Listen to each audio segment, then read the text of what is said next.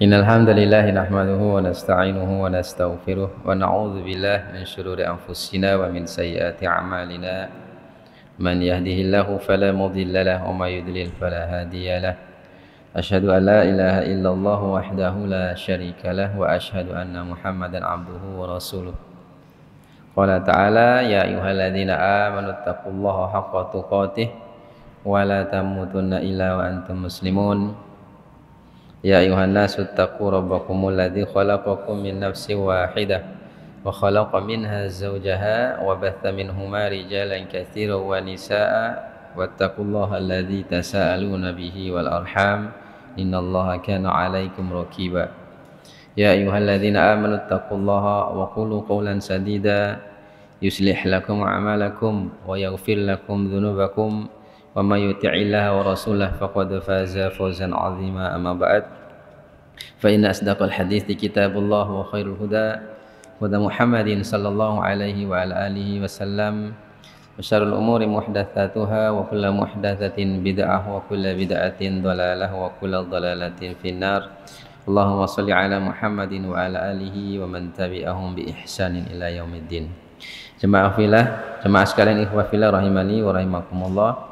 Alhamdulillah pada kesempatan kesekian kali ini Allah Subhanahu wa taala masih mengokohkan langkah kita untuk kita tetap sama-sama hadir di majelis yang sudah kita sepakati bersama.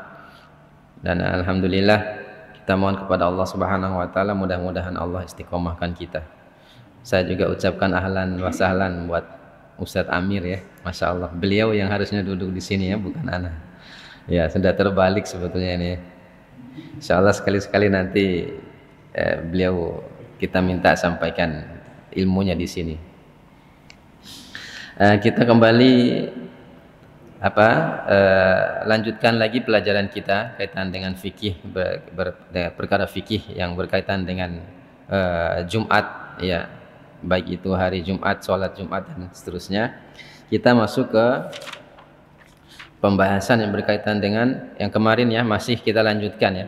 Af'alu al-ma'mumin halul khutbah, yaitu perbuatan-perbuatan makmum, apa yang boleh, apa yang tidak boleh dilakukan oleh makmum saat khutbah berlangsung.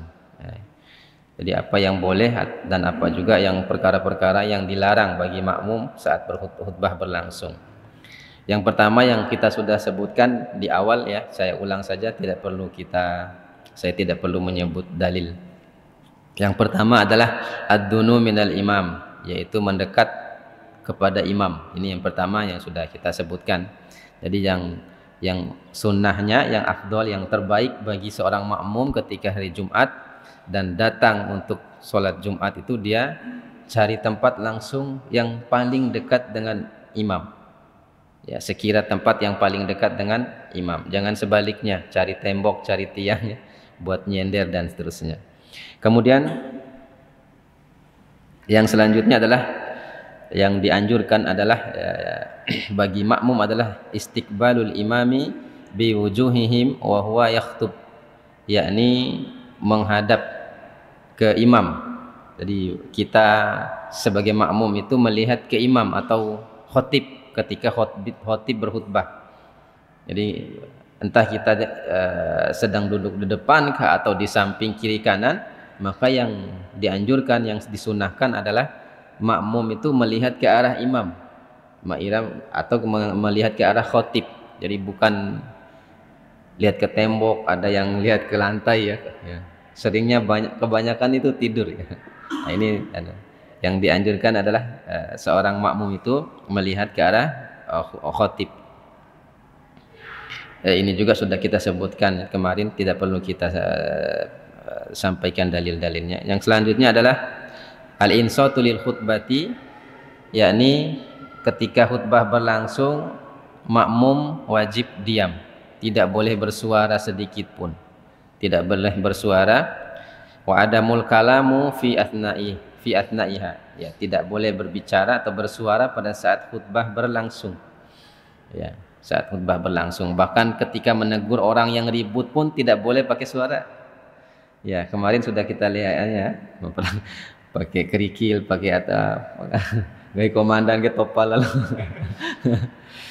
Ya, yang di luar yang mungkin yang apa anak-anak yang ngatur anak-anak itu enggak apa-apa, dia berdiri jalan kiri kanan pegang kayu enggak apa-apa. Nampak nih, ya nampak roda. Misalnya anak-anak sebelah sana ribut, dia jalan aja, dia ingatkan. Suruh diam, tapi tetap tidak boleh dengan suara. Pakai isyarat, ya. Jadi boleh didatangi, boleh ya, sebagai seorang keamanan umpamanya dia berjalan menuju orang-orang, ya terutama di masjid kita ini setiap Jumat itu ada apa namanya? Ada Jumat berkahnya, ini bagi makan habis sholat Jumat itu. Nah, ini boleh bagi seorang yang mungkin dia ditugasi sebagai keamanan, boleh dia berjalan kiri kanan mengatur anak-anak itu biar tidak ribut. Yang penting tidak bersuara, ya. Tidak menggunakan suara, tikanin anu nih asal nih, ya. Dia pegang kayu ke atau apa untuk memberi isyarat kepada anak-anak, maka ini tidak mengapa. Ya, dan sebetulnya juga mungkin di sini juga perlu diluruskan. Sedekah Jumat itu tidak mesti habis sholat Jumat sebetulnya. Ya, tidak mesti habis sholat Jumat. Di kapan saja hari Jumat itu dia punya keutamaan dari pagi sampai menjelang maghrib, pokoknya hari Jumat. Ya, tidak mesti sih harus setelah Jumat, ya. Problem tersendiri jadinya ini. Ya, di masjid boleh ya, saya tegur ya. Itu lebih parah lagi, soalnya di masjid sana itu terbuka los ya dari sampai ke belakang. Kalau kita ini kan biar anak-anak ribut di luar tidak dengar yang di dalam kan, palingan di luar yang berisik ya. Tapi di sana itu tidak ada emperannya, dari semua orang tuh sholat di dalam semua, termasuk anak-anak itu kumpulnya di dalam semua. Ya sudah, yang dengar khutbah itu paling 1-2 soft di depan itu. Kita juga yang menyampaikan khutbah terganggu karena anak-anak ribut. Maka pada saat itu saya tegur pengurusnya. Besoknya saya Jumat sudah tidak ada lagi. Gitu ya, alhamdulillah. Soalnya tidak layak itu masjid itu kalau rame anak-anak tidak bisa dengar itu khutbahnya. Jadi sia-sia. Padahal inti daripada kita datang Jumat itu sebetulnya dengar khotib berkhutbah itu intinya itu. Tapi karena ada kegiatan-kegiatan seperti itu maka berkuranglah khusyuk. Ini bahaya juga, harus diperhatikan. Jadi kalaupun kita mengadakan acara-acara seperti itu harus benar-benar diperhatikan agar orang-orang dewasa yang datang sholat ini merasa nyaman, merasa khusyuk, terutama pada saat khutbah berlangsung. Maka harus tenang pada saat itu. Maka sekali lagi yang diwajibkan atas seorang makmum adalah al-insat lil khutbah, dia diam mendengarkan khutbah, wa adamul kalami fi asna'iha, dan tidak boleh berbicara pada saat khutbah berlangsung.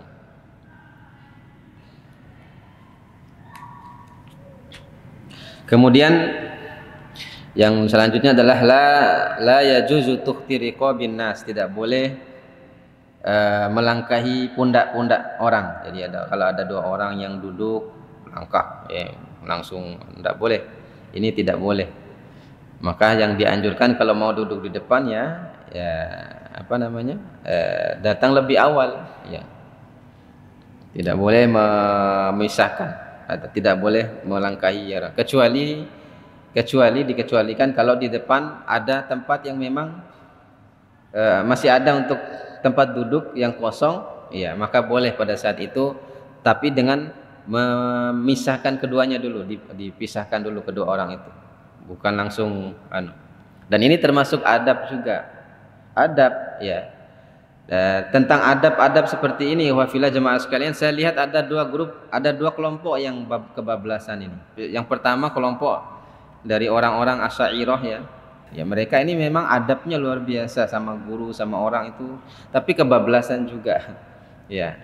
Sampai kalau merangkak di depan guru ini tidak boleh, haram ini, bahkan sampai ada yang sujud. Ini tidak boleh sebetulnya. Ya, adab sudah bagus sebetulnya, seperti cium tangan tidak masalah. Ya. Ada 2 di kelompok ekstrim. Ada juga jauh lagi dari adab itu ya. Sama sekali lampau dekare penderoka. Dianggap haram, tidak benar. Yang benar itu adalah sedikit menundukkan, seperti isyarat kita bune adab kebiasaan kita stakbe cawa lima tidak masalah. Yang penting tidak melewati batas ruku, ini yang diharamkan. Kalau yang seperti itu, yang adab biasa itu tidak masalah, dan bahkan ini baik. Ya, karena adat juga itu jelas termasuk dalam syariat. Jadi bisa dipakai dalam hukum, sebagai hukum adat itu. Ya. Jadi ada dua kelompok ekstrim di sini yang ya kita yang tengah-tengah saja. Biasa anak-anak cium tangan kita tidak masalah. Saya juga heran ada anak-anak cium tangan ditarik tangannya di. Ini apa ini? Biarkan aja anak-anak, justru itu sebagai hormat anak-anak kepada kita tidak masalah. Tapi ini anak-anak cium tangan ada yang biasa saja, karena mungkin kita anak-anak sudah mafhum dengan kita, mungkin karena kita ustadz ya, sering ceramah, sering menjadi imam sholat, biasa saja. Dan itu sebagai adab yang baik bagi anak-anak, daripada anak-anak lewat orang tua jalannya gini-gini, enggak. Kan justru enggak punya adab jadinya. Ya, jadi kita usahakan menjadi di tengah-tengah antara kedua tadi, yang ekstrim tadi, yang tidak juga terlalu gulu berlebihan sampai sujud, sampai nurima harus wara aturan kendaki kemudian cabut. Nah ini juga bid'ah. Ya cium tangan biasa saja, bahkan sebagian itu harus ciumnya begini. Kalau cium biasa itu tidak punya adab, tidak ada, itu tidak benar. Itu sudah cium yang sewajarnya sudah boleh, tidak masalah. Nah, jangan sampai juga seperti tadi ya, lampa kan do hela-hela do goris biak ke lampa hantai di langga, ndak punya adab juga yang seperti itu, ndak boleh. Biasa lampar biasa, yang penting tidak melewati batas ruku, itu kuncinya. Kita memberi isyarat menunduk sedikit ndak masalah, karena itu sebagai adab yang baik, tidak menyelisih syariat yang seperti itu. Kemudian selanjutnya adalah ini sudah kita sebutkan juga dalilnya kemarin. Kemudian ini yang terakhir yang kita tidak sempat kemarin, poin yang kelima, yakni la yuqimu rajul yaq'udu makanuhu. Tidak boleh kita suruh orang lain untuk bangun dari tempatnya agar kita duduk di situ, tidak boleh. Tidak boleh.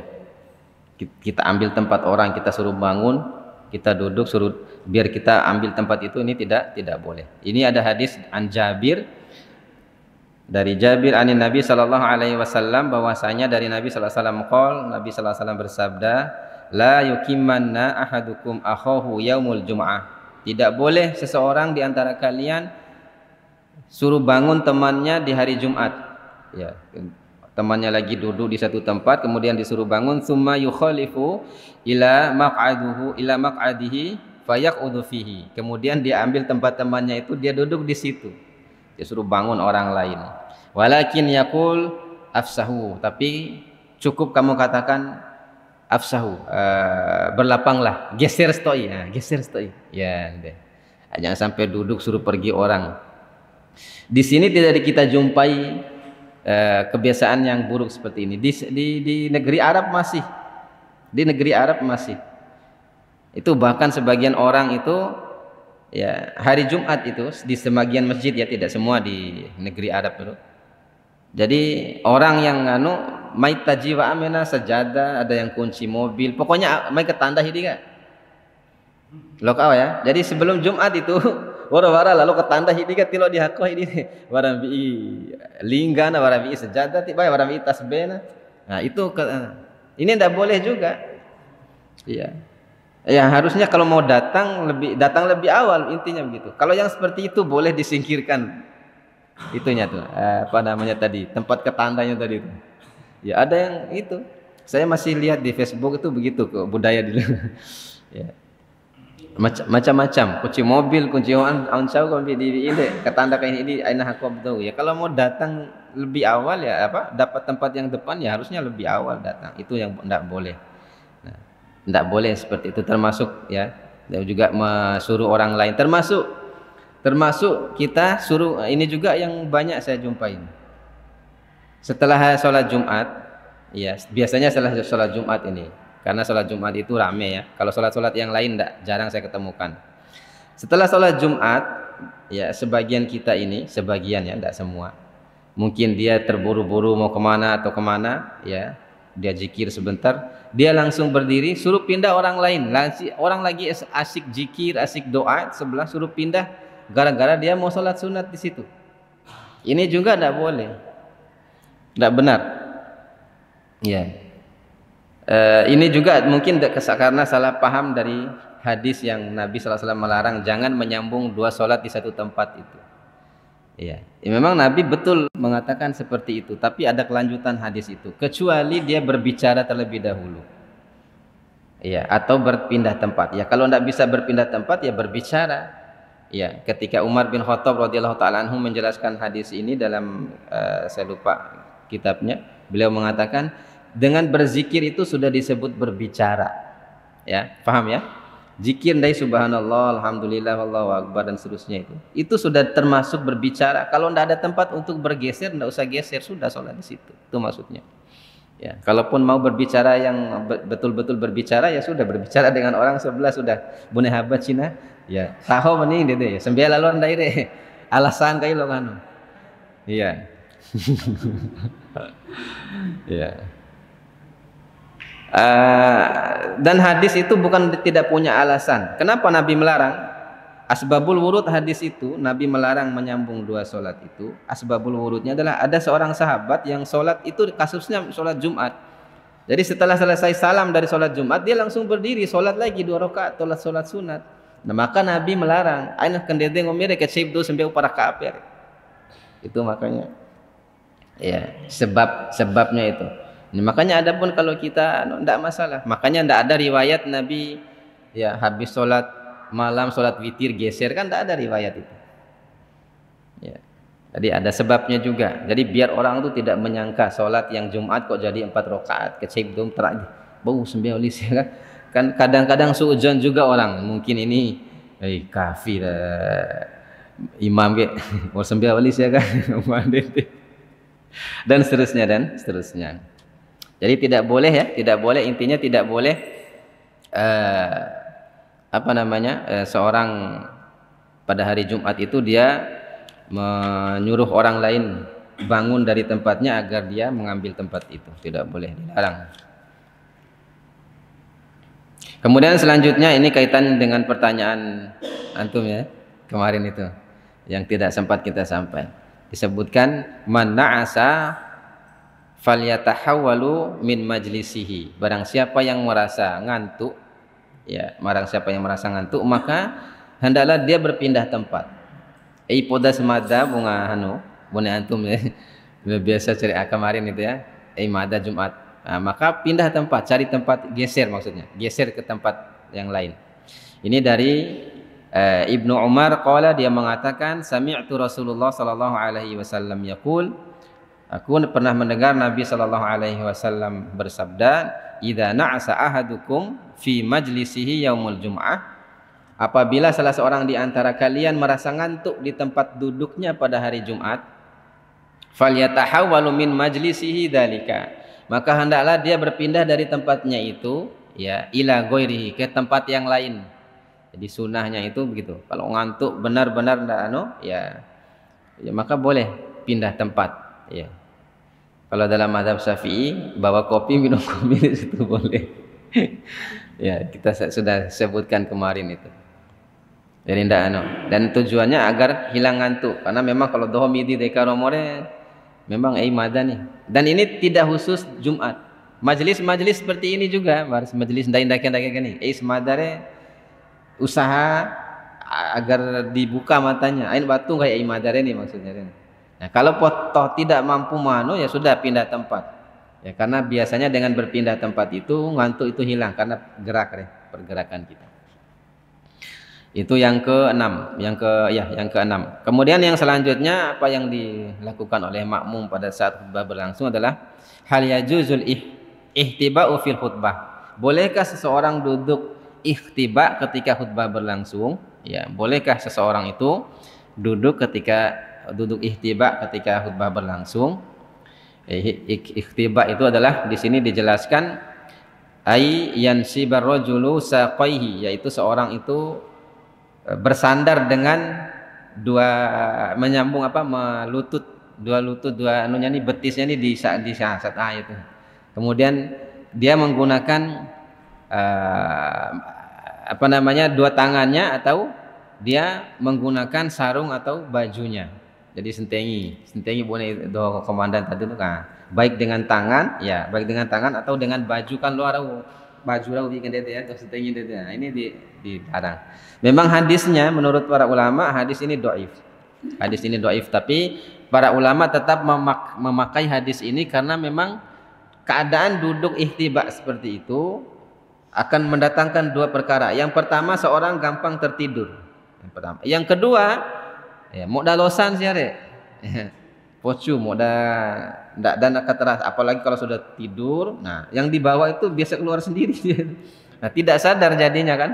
Nanti ketika dia bangun dia sholat dalam keadaan berhadas nanti. Ini kenapa dilarang duduk yang seperti ini? Karena dia dimakruhkan karena apa? Tadi dia bisa membuat seorang ngantuk. Yang kedua, kalau sudah duduk ngantuk ketiduran seperti itu, maka ya peluang untuk keluar angin itu lebih besar dan dia tidak akan sadar kalau dia sudah tidur seperti itu.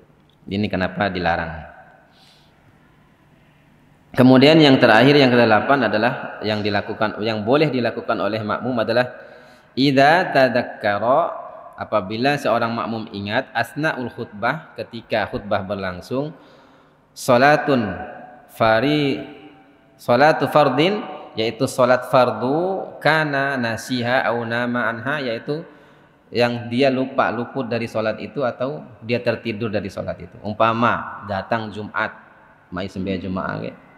Khutbah sedang berlangsung, baru dia ingat ketika khutbah berlangsung ternyata tips sembahyang subuh.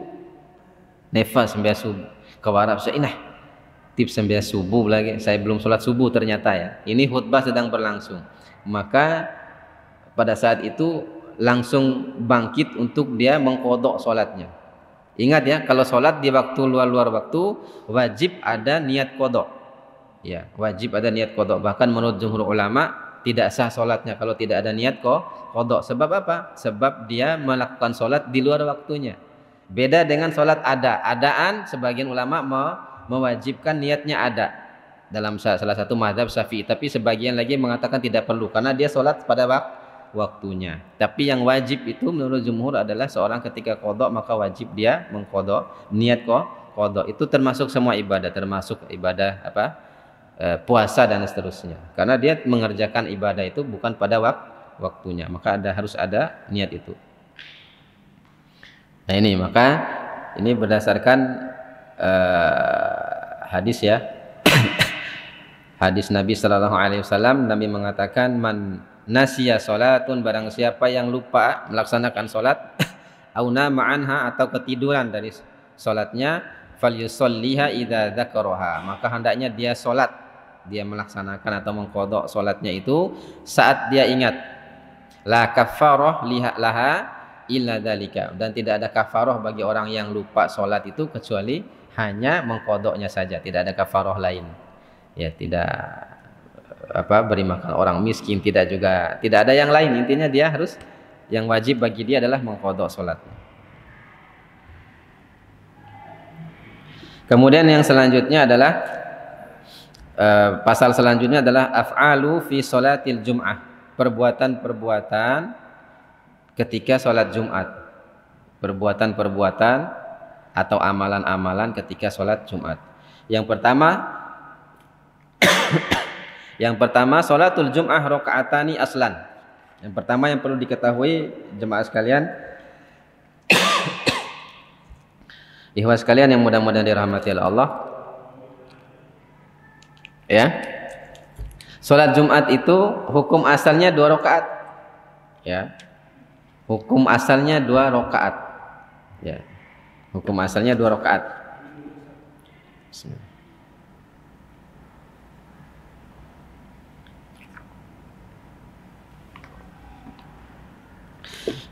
Jadi sholat Jumat ini hukum asalnya 2 rakaat. Falaisat arba'an maksurah, bukan sholat 4 rakaat yang dikosor. Kan sebagian kita kan memahami sholat Jumat itu sebetulnya 4 rakaat dikosor karena ada khutbahnya. Jadi khutbah itu pengganti sholat 2 rakaat itu kan, ada pemahaman yang seperti itu kan. Nah, di sini Abu Malik Kamal mengatakan pendapat ini tidak benar. Ya, bahkan yang benar adalah sholat Jumat itu adalah memang 2 rakaat dari sananya, bukan sholat kosor karena alasan ini dan itu. Ya, berdasarkan Hadis Umar bin Khattab radhiyallahu taala anhu, ya, asar dari Umar bin Khattab, dia mengatakan salatul adha rakaatani, salat Idul Adha itu 2 rakaat kata Umar. Wa salatul fitri rakaatani, salat Idul Fitri juga 2 rakaat. Wa salatus safar rakaatani, salat saat safar 2 rakaat kata Umar. Wa salatul jum'ah rakaatani tamamun ghairi qusrin ala lisani nabiyikum. Dan juga salat Jumat adalah 2 rakaat, sempurna 2 rakaatnya kata Umar bin Khattab. Ini sebagaimana yang dijelaskan oleh Nabi kalian. Jadi di sini Umar mengatasnamakan Rasulullah SAW. Ya, dari asar ini dianggap marfu karena yang mengucapkannya seorang sahabat Nabi. Artinya ucapan ini sampai kepada Nabi. Nabi sendiri mengatakan bahwasanya sholat Jumat itu memang sholat yang 2 rakaat sempurna, bukan qasar dan seterusnya. Ini yang pertama. Kemudian yang selanjutnya adalah ma yastahibbul qiraati fi shalah. Apa yang dianjurkan saat sholat Jumat itu yang dibaca oleh imam, ya. Yang dibaca oleh imam. Surat apa yang dianjurkan? Ini ada hadis dari Abi Rafi anna Aba Hurairah radhiyallahu taala anhu, bahwasanya Abu Hurairah radhiyallahu taala anhu sholal Jum'ah. Ya, jadi ceritanya ini sholat Jumat, Abu Hurairah jadi imam. Ini ceritanya nih. Kemudian faqara'a ba'da suratil Jum'ah fi raka'atil akhirah idza ja'akal munafiqun. Maka Abu Hurairah membaca di rakaat yang kedua setelah surat Al-Jum'ah adalah di rakaat keduanya surat Al-Munafikun. Jadi di rakaat pertama beliau baca surat Al-Jum'ah, kemudian di rakaat kedua surat Al-Munafikun. Itu panjang itu. 1,5 halaman. 1,5 halaman. Sama-sama panjangnya, sama 11 surat. Al-Jum'ah 11 surat apa? 11 ayat. Al-Jum'ah 11 ayat, Al-Munafikun 11 ayat. Tapi ayatnya panjang itu. Jadi kalau kita lihat mushaf itu 1,5 halaman. Al-Jum'ah 1,5 halaman, Al-Munafikun 1,5 halaman. Iya, zaman sekarang ini sudah saya ringkas. Yang pertama Al-Kafirun, rakaat kedua Al-Ikhlas, ya. Kebanyakan seperti itu. Ini pendek-pendek. Sebetulnya yang itu panjang, yang dianjurkan. Kita sudah sebutkan kemarin, ya. Yang dianjurkan dalam Jumat itu khutbah pendek, sholatnya panjang, bukan sebaliknya. Maka ini bacaan Nabi itu seperti itu. Jadi diikuti oleh Abu Hurairah. Beliau cerita bahwasanya bacaan Nabi. Dan bacaan yang paling sederhana yang dibaca oleh Nabi, dan ini sunnah, tidak juga terlalu panjang, tidak juga terlalu pendek, yaitu rakaat pertama adalah Sabbihisma rabbikal a'la, al-a'la. Kemudian di rakaat kedua adalah Al-Ghasyiyah, ya, surat Al-Ghasyiyah. Ini yang paling sederhana ini. Maka ya buat kita semua, ya, sebagai seorang dai, ini banyak yang tinggalkan 2 surat ini. Saya perhatikan kalau saya di luar tidak punya jadwal khutbah, ya. Kadang saya keliling, ya, untuk sholat Jumat. Rata-rata imam itu meninggalkan ini, ditinggalkan 2 surat ini. Padahal ini sunnah Nabi SAW. Nabi itu tidak pernah berubah baca kalau Jumat itu. Ini saja. Al-A'la dan Al-Ghasyiyah tadi, sama tadi. Al-Jum'ah dan Al-Munafikun. Bahkan dalam riwayat para ulama, dari riwayat-riwayat yang ada, para ulama lebih mengunggulkan 2 ini. Karena simple, tidak terlalu panjang, tidak menyulitkan makmum, dan juga tidak terlalu pendek. Jadi sesuai dengan perintah Nabi, panjangkan sholat itu. Ya, jadi seperti ini. Ini harus dihafal betul ayat 2 surat ini, harus Jadi kalau kita dipercaya menjadi khatib itu, maka ini yang yang kita baca, ya, usahakan. Kecuali memang ada halangan, mungkin karena tenggorokan kalau mungkin kelelahan dan seterusnya, ya baca yang selain itu yang lebih pendek dari itu, tidak masalah. Tapi usahakan kita hidupkan sunnah ini. Dan banyak juga yang saya lihat, ya sudah Al-A'la rakaat pertama, nanti rakaat kedua Atin. Tidak ada sunnahnya sebetulnya itu. Coba qur'u lalu kan sayang kan, maksudnya kan sudah Al-A'la rakaat pertama, ya sudah ya rakaat.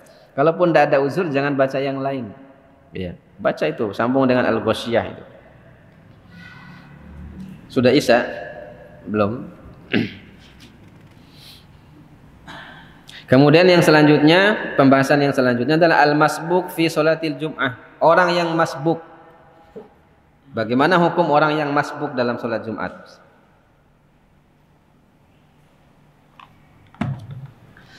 Man ja'a ilal jum'ati, barang siapa yang datang untuk sholat Jumat, dakhala ma'al imami fi sholatihi ala ayyi wad'in kana, maka dia datang itu telat, ini ceritanya ya, mai Jumaah ya, karena uzur mungkin atau apa ya, jangan sampai disengaja. Kalau disengaja kita sudah sebutkan kemarin hadisnya itu, kalau kita sengaja bertelat-telat datang Jumat, Allah enggak ngelihat kita nanti di akhirat, tidak dilihat oleh Allah, nanti hisabnya paling akhir tuh, ancamannya itu. Maka kalau kita datang karena uzur ya, datang Jumat telat ya, maka seperti sholat-sholat biasa, kita langsung ikut imam itu pada posisi yang apa, menjadi posisi imam ya. Kalau imam ruku ya kita ruku, kalau imam sujud maka kita sujud, yang dengan catatan kita takbiratul ihram terlebih dahulu. Itu karena itu kalau enggak takbiratul ihram enggak sah sholatnya.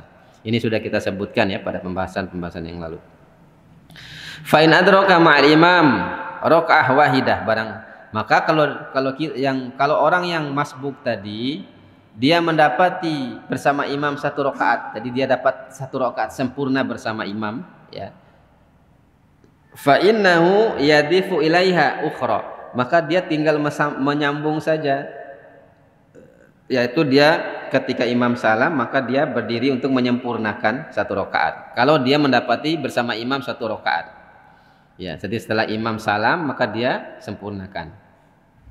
Fa illam yadrik raka'ataini, namun apabila dia tidak mendapatkan imam sebanyak 2 rakaat sempurna, ka'an wajadahum sujudan, umpama dia masuk imam sudah sujud di rakaat kedua ya, kan tiraka ya, imam sudah masuk di rakaat, dia masuk di rakaat kedua, imam dalam keadaan sujud, au qu'udan, atau mungkin tahiyat akhir ya, atau mungkin tahiyat akhir ya di rakaat yang kedua. Fa innahu yaqdi arba'an, maka dia wajib menyempurnakan sholatnya menjadi 4 rakaat ya, dia wajib menyempurnakan sholatnya menjadi 4 rakaat karena dia tidak mendapati imam itu ya, karena dia tidak mendapati imam, makanya nilainya jadi sholat zuhur saja dia, karena dia sempurnakan 4 rakaat ya. Dari tiluan dari tidak boleh kita datang telat, kita dapati imam pada saat sujud atau tahiyat akhir pada salat Jumat ya, jangan sholat 2 rakaat kita ya, nanti berdiri itu kita setelah imam salam kita berdiri itu 1 rakaat itu. Nah maka kita sholat selanjutnya sampai 4 rakaat, boleh sembeloho nih ya, sembeloho kita tahiyat awal 2 rakaat tahiyat awal, kemudian bangun lagi rakaat 3 rakaat 4 baru salam, karena dia tidak terhitung mendapati imam tadi ya, sekalipun berjamaahnya dia dapat sholat berjamaah, tapi tidak terhitung sholat Jumat sempurna bersama imam, makanya dia jadi sholatnya 4 rakaat. Fa innahu yaqdi arba'an bihadza afta ashabu Rasulillah sallallahu alaihi wasallam. Seperti inilah yang difatwakan oleh para sahabat Nabi sallallahu alaihi wasallam. Jadi ini fatwa para sahabat seperti itu.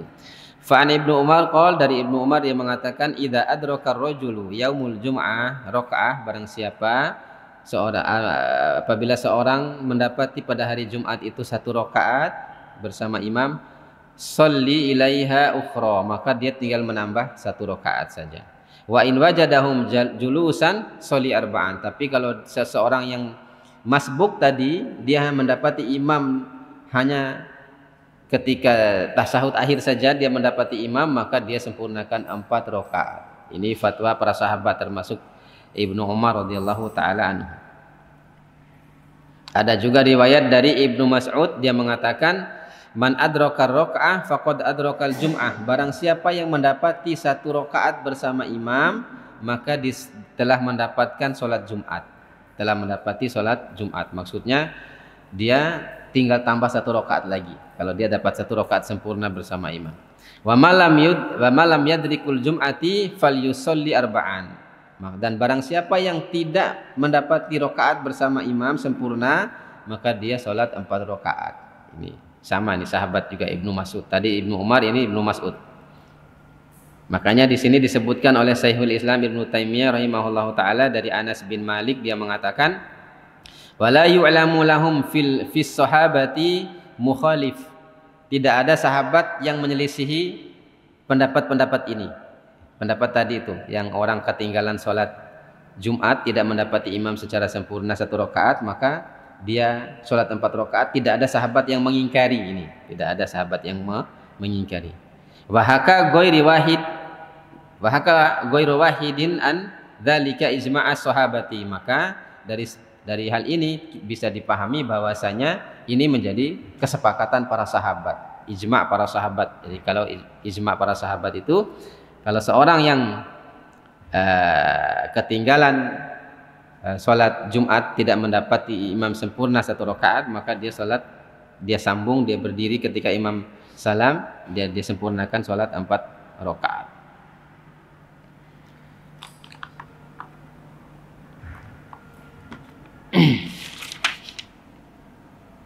Kemudian yang selanjutnya, masih ada waktu ya. Yang selanjutnya adalah az-zihamu fi sholatil jum'ah. Jadi berdesak-desakan ketika sholat Jumat. Ya, hukum berdesak-desakan ketika sholat Jumat. Ini disebutkan bahwasanya barang siapa yang pada saat sholat Jumat itu mereka mendapati keadaan berdesak-desakan, ya, keadaannya berdesak-desakan. Fa in qadaru ala ruku'i was sujudi kaifa amkanahu fa'ala. Maka yang seperti itu apabila sudah berdesak-desakan, ya, tempat sempit, maka tetap dilaksanakan sholat itu sesuai kemampuan, baik ruku'nya maupun sujudnya sesuai kemampuan, ya. Walau ala dhuhri akhihi, sekalipun dia kalau terpaksa sujud tidak ada tempat, ya, sujudnya di punggung saudaranya, punggung teman, sah sholat itu dalam keadaan darurat, ya. Dan ini disebutkan oleh para ulama, dan saya pernah baca dalam Al-Muwatta sudah lama sekali, ya, awal-awal kita belajar itu saya temu dalil ini. Bahasanya pada saat pada saat Nabi mendakwahkan Islam dan orang mulai banyak masuk Islam, pada saat itu masjid rame, maka para sahabat itu sujud di atas punggung-punggung sahabat yang lain. Saya pernah lihat bertebaran di Facebook itu ada gambar di satu masjid, ya, sholat Jumat. Di situ ada sebagian makmum sholatnya di tangga itu. Tapi yang menjadi masalah dalam gambar itu, ya, sujudnya itu ada yang ke kanan, ada yang ke kiri. Nah, kalau sujudnya masih menghadap kiblat, tidak masalah. Yang di sini yang dibolehkan itu tetap menghadap kiblat, tapi dia ketika berpaling dari kiblat, jadi dia paksa harus rata sujudnya dengan tanah, kemudian dia palingkan, itu batal sholatnya. Yang seperti itu. Maka yang benar itu kalau dalam keadaan seperti itu tetap menghadap kiblat, sujud dengan apa adanya.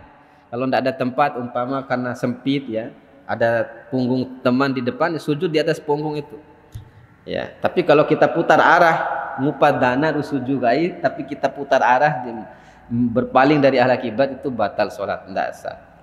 Ada 2 di sini cara disebutkan. Yang pertama itu kalau berdesak-desakan, itu cara sujudnya seperti itu boleh, selama tidak memalingkan kepala atau tubuh kita dari kiblat. Yang kedua, boleh sholat, ya, di tempat-tempat jalan atau di belakang jalan sana boleh, selama masih bisa mendengar suara imam dan bisa melihat orang-orang yang sholat, atau juga menyambung sholat.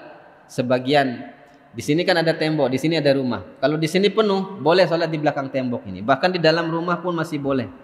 Yang penting softnya bersambung, masih dibolehkan. Itu pembahasan di sini seperti itu. Jadi sembiarin saya indahkan. Kalau sudah penuh, ini ada gang sebelah sini, sekalipun ada tembok boleh sholat di sana. Yang penting pertama suara bisa terdengar dan bisa kita ketahui posisi imam seperti apa bisa ketahui. Yang tidak boleh ketika itu adalah menurut jumhur ulama adalah sholat dalam keadaan darurat, ya, berdirinya di depan imam. Di sini sudah penuh semua, Mungkin di depan ini ada lapangan kosong ya. Akhirnya makmum ke sana semua. Ya, nah ini menurut jumhur ulama tidak sah kecuali mazhab Hanafi. Kalau mazhab Hanafi tetap sah, tapi yang benar tidak boleh menurut jumhur ulama karena dia sudah melampaui imam. Jangankan sholat berjamaah seperti itu yang dulu kita sudah sebutkan ya dalam mazhab Syafi'i itu kita berdiri saja ini berdiri sholat berdua kan kiri kanan ya. Maka yang dianjurkan dalam mazhab Syafi'i makmum mundur sedikit sebab kalau maju sedikit saja batal sholat makmum seperti itu. Tidak sah sholatnya makmum. Makanya yang dianjurkan itu memang dalam hadis itu lurus, tapi lurus itu dulu mazhab Syafi'i bukan mesti lurus itu, tapi boleh ke belakang sedikit, bahkan dianjurkan agar tadi tidak terjadi nanti pas berdiri bangun ternyata makmumnya lebih depan, dan ini yang bisa membatalkan sholat menurut jumhur ulama. Saya pernah soal itu ya, waktu kemarin saya Jumat di Boli itu kan, setelah saya khutbah saya batal wudhu, tidak bisa jadi imam, saya keluar tidak bisa masuk. Ternyata di depan ada yang sholat. Di depan ada yang sholat, banyak lagi yang sholat. Karena nggak kebagian, padahal imamnya di sini. Maka saya paksa masuk. Saya tunggu pada saat itu orang sujud di rakaat pertama. Pas orang sujud saya langkahi orang yang sujud. Bangun berdiri lagi. Orang sujud saya langkahi lagi sampai ke belakang sana saya sholat. Ya seperti itu. Saya cari tempat yang agak renggang sedikit. Ternyata di depan ramai yang sholat. Ini apa? Saya bilang. Imamnya di belakang, mereka makmumnya di depan ya. Demikian ya yang kita bisa sampaikan pada malam hari ini. Ada salah-salah kata, saya mohon maaf. Aqulu qouli hadza astaghfirullah li wa lakum subhanakallahumma bihamdika asyhadu an la ilaha illa anta astaghfiruka wa atubu ilaik. Wassalamualaikum warahmatullahi wabarakatuh. Ya.